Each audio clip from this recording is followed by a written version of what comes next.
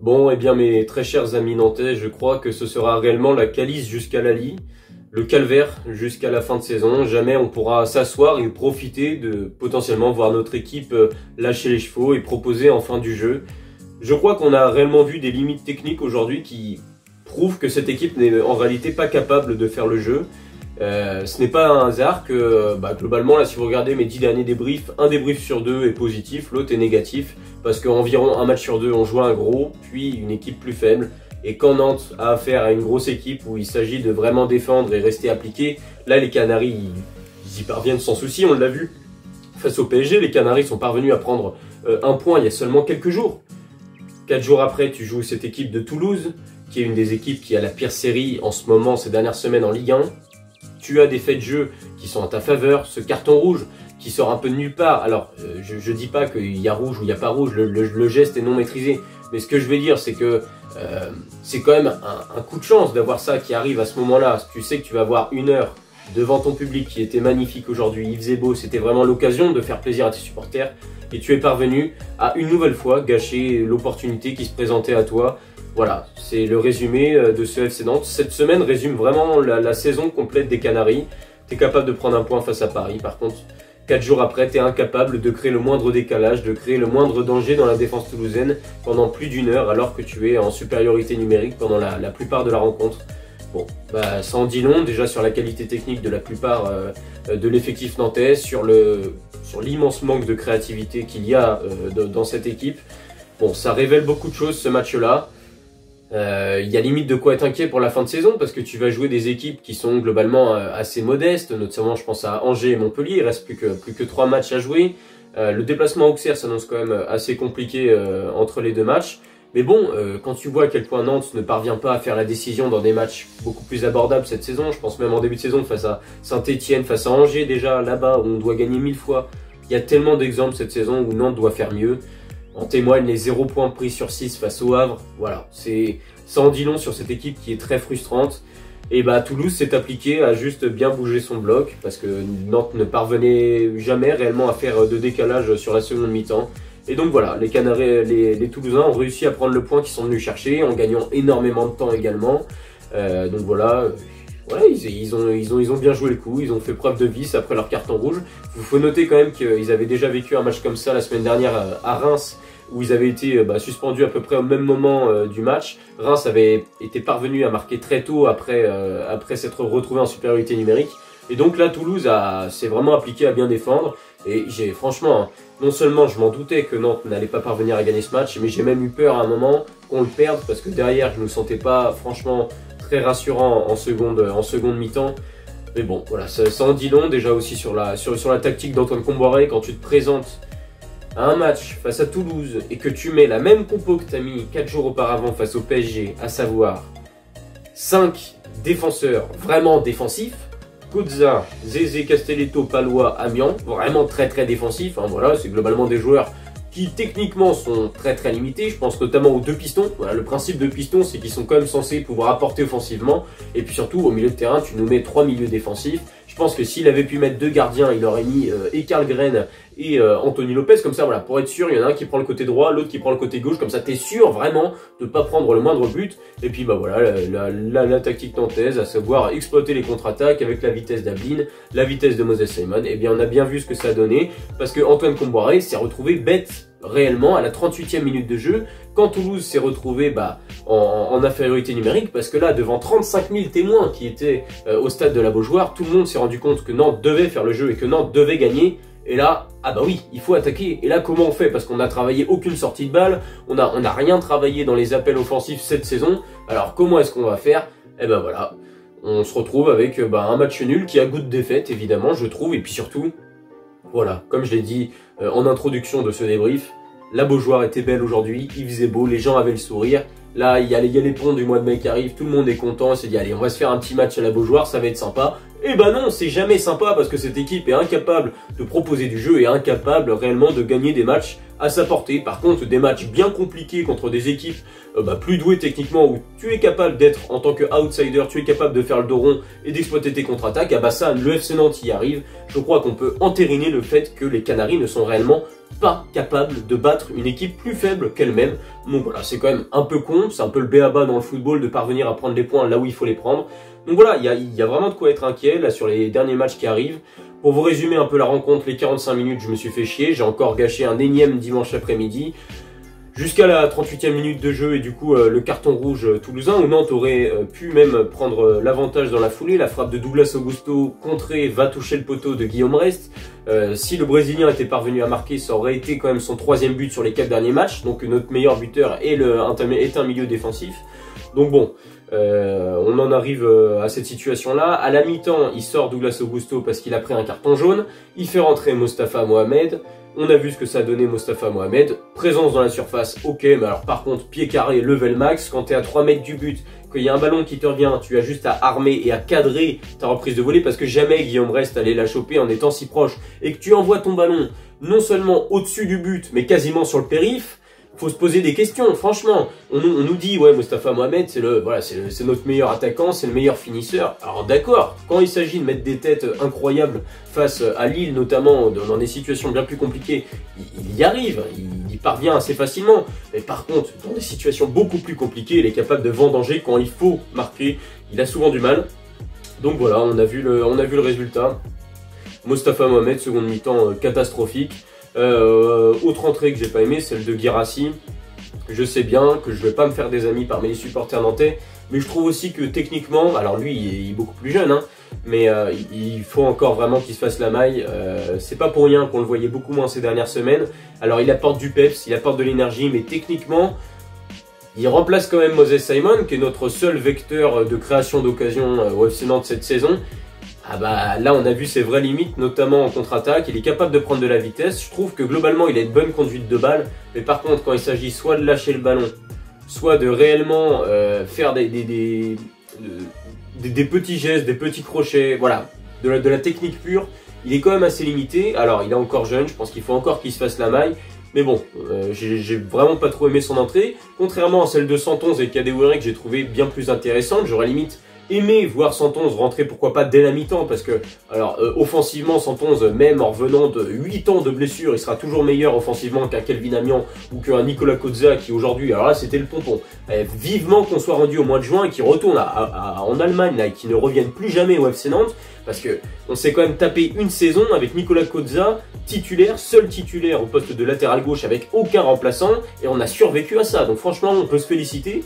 Encore aujourd'hui son apport offensif, encore une fois à l'image de cette équipe du FC Nantes, c'est un énième joueur, Nicolas Kozza, qui représente vraiment bien cette équipe nantaise, parce que beaucoup de combativité, beaucoup de courses, beaucoup de hargne, mais alors balle au pied, mais que de déchets, c'est tout sauf niveau Ligue 1 ce que propose Nicolas Kozza.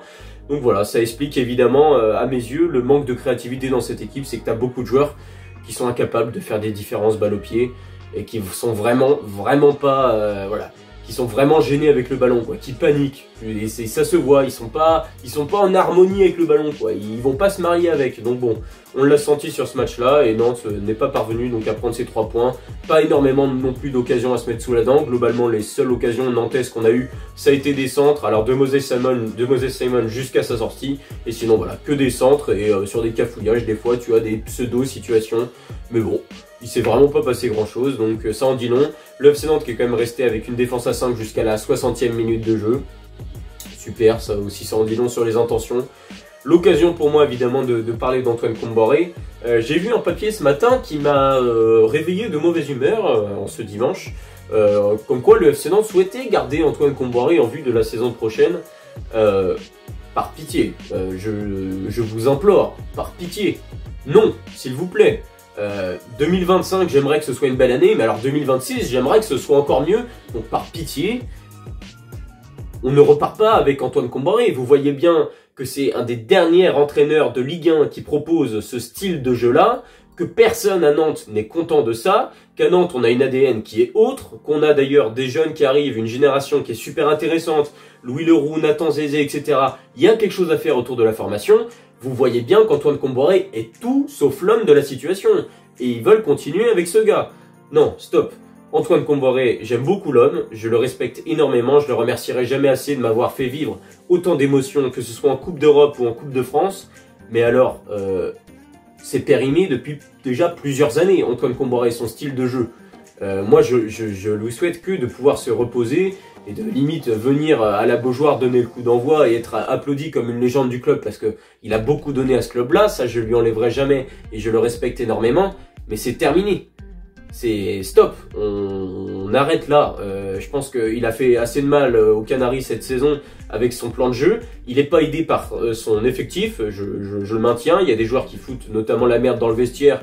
Et je maintiens qu'il y aura surtout un grand ménage qui doit avoir lieu cet été, mais je le dis tous les ans, ça arrive jamais. Quand j'entends un grand ménage, c'est effectivement l'effectif nantais, mais c'est aussi et surtout le coach nantais. Je dis ça, je dis rien, mais Pierre Sage est libre. Je pense que c'est un gars qui pourrait plutôt bien se marier avec le style de jeu que les supporters aimeraient voir au FC Nantes. Alors je dis pas que les supporters ont un science infuse du foot, très loin de là. Mais tu es dans un club qui a un minimum d'ADN et tu vois bien que tu peux pas continuer comme ça parce que sinon on va continuer à gâcher des dimanches après-midi à gogo à regarder ce FC Nantes là. La Beaujoire, elle a quasiment jamais été autant remplie, c'est magnifique de voir cette ambiance là. Ses supporters méritent un autre football que tout ce que nous a proposé Antoine Comboiré cette saison. Donc bon voilà. Je veux faire passer le message absolument, on en a tous marre je pense d'Antoine Comboiré, il faut que ça change et il faut un petit peu d'ambition dans le jeu, un petit peu d'ambition avec le choix d'entraîneur. Mais bon, à Nantes on veut absolument bien sécuriser, un peu à l'image du plan de jeu où on essaye d'être bien défensif, bien sécurisé. À Nantes on aime ça, sécuriser le maintien avec une bonne défense, comme ça on est sûr que voilà, ça ne bouge pas. Voilà, bah super. On se retrouve du coup avec une énième saison d'un point de vue footballistique d'une tristesse sans nom.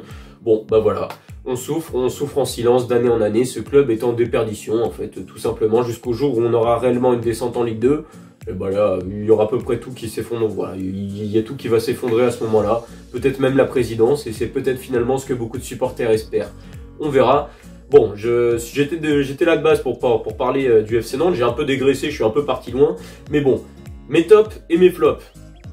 Alors là, ça va être compliqué de trouver des tops parce que globalement, si j'ai bien aimé quand même Pedro Chirivella, tu te rends compte que quand il s'agit de faire le jeu, Chirivella rayonne quand même beaucoup plus. C'est le seul joueur qui est capable de faire des passes qui cassent un minimum de lignes ou qui créent des micro-décalages. Donc Pedro Chirivella parmi les tops. J'aurais bien aimé mettre Nathan Zézé pour sa première mi-temps, mais sa deuxième, où il m'a pas du tout rassuré, fait que je vais le laisser de côté pour le moment. Je vais pas pour autant le mettre parmi les flops. Néanmoins, je vais mettre Nicolas Palois et Douglas Augusto. Nicolas Palois parce qu'il aura fait un match sérieux et surtout il nous a évité le pire. Toulouse a failli marquer dans ce match en début de seconde mi-temps, il a réellement sorti un magnifique sauvetage et rien que pour ça il faut saluer sa prestation. Et je vais mettre Douglas Augusto qui est certes resté seulement 45 minutes sur le terrain et qui a pris un jaune, mais qui en plus de l'état d'esprit, lui il allie technique, hargne, combativité, il marque aussi donc offensivement. En fait c'est notre milieu qui défend le mieux, qui attaque le mieux, qui fait tout mieux que tout le monde. Bon, bah, globalement, c'est le meilleur joueur de l'effectif ces dernières semaines au FC Nantes. Je pense que je peux l'affirmer sans trop de soucis. Sa sortie m'a un petit peu peiné à la mi-temps. J'aurais bien aimé le voir continuer, même s'il avait déjà un jaune. Je pense qu'Antoine Comboiré a voulu s'assurer le fait de rester en supériorité numérique en seconde mi-temps. Bon. Bah voilà, on se retrouve avec un 0-0, super. On va pouvoir fêter ça avec nos proches. C'était vraiment un super moment. Donc bon, voilà. Et puis mes flops. Nicolas Cozza, voilà, à son prime technique je pense, qui nous a livré pourtant à un poste qu'il est censé apprécier davantage. Il est meilleur en tant que piston habituellement parce qu'il est plus proche des attaquants adverses et donc il parvient à mieux défendre. Par contre offensivement ça a été désastreux aujourd'hui. Donc bon voilà, Amiens je pourrais le mettre également. Le Penant, je vais mettre le Penant parce que quand je disais que Toulouse a beaucoup gagné de temps en seconde mi-temps, c'est aussi face à toutes les erreurs de jeunesse de ce garçon qui, je trouve, n'a pas vraiment progressé cette saison au FC Nantes. Alors lui, c'est beaucoup de combativité, beaucoup de courses, il lâche jamais rien. Mais par contre, qu'est-ce qu'il est maladroit, notamment défensivement. Il a concédé 5 ou 6 fautes en seconde mi-temps. Il aurait mérité d'ailleurs d'avoir un jaune pour l'ensemble de son œuvre. Mais surtout, il a permis du coup, dans les peu de moments forts nantais, à complètement casser le rythme de son équipe, de s'auto-tuer un petit peu. Et du coup, Toulouse a pu vraiment gagner du temps grâce à toutes les fautes de Johan Le Penant et la frustration que ça engrangeait. Donc voilà, Johan Le Penant parmi les flops, avec Nicolas Kozza et avec le pharaon Mostafa Mohamed. C'est dans ces moments-là qu'on l'attend, et quand on l'attend, il est quasiment jamais là. Globalement, son année 2025 était mieux, mais alors là, sa sortie aujourd'hui est venue tout détruire. S'il avait marqué, je pense qu'il aurait pu s'offrir une titularisation, pourquoi pas la semaine prochaine face à Angers, et pourquoi pas une fin de saison un peu plus en roue libre. Eh bien non, il a réussi à rater l'immanquable à peine 3 mètres du but. Bon, voilà, un petit peu à l'image de sa saison où finalement il n'a jamais réellement réussi à s'imposer en tant que titulaire, et on comprend pourquoi quand on voit son inconstance. Donc voilà. Bonne entrée du coup, comme j'ai dit, de Kadewere et Santos globalement, qui j'espère en appelleront d'autres d'ici la fin de saison. Mais bon, cette équipe est assez déprimante pour être tout à fait honnête. Globalement, si vous regardez mes 10-15 derniers débriefs, globalement un débrief sur deux est positif et l'autre négatif parce qu'environ un match sur deux, on joue un gros ou une équipe un peu plus faible. Donc là, on verra la semaine prochaine face à Angers en espérant qu'on parvienne enfin à offrir un peu de spectacle aux supporters de la Beaujoire, parce que j'ai l'impression qu'il ne va nous rester que ça à jouer en fin de saison.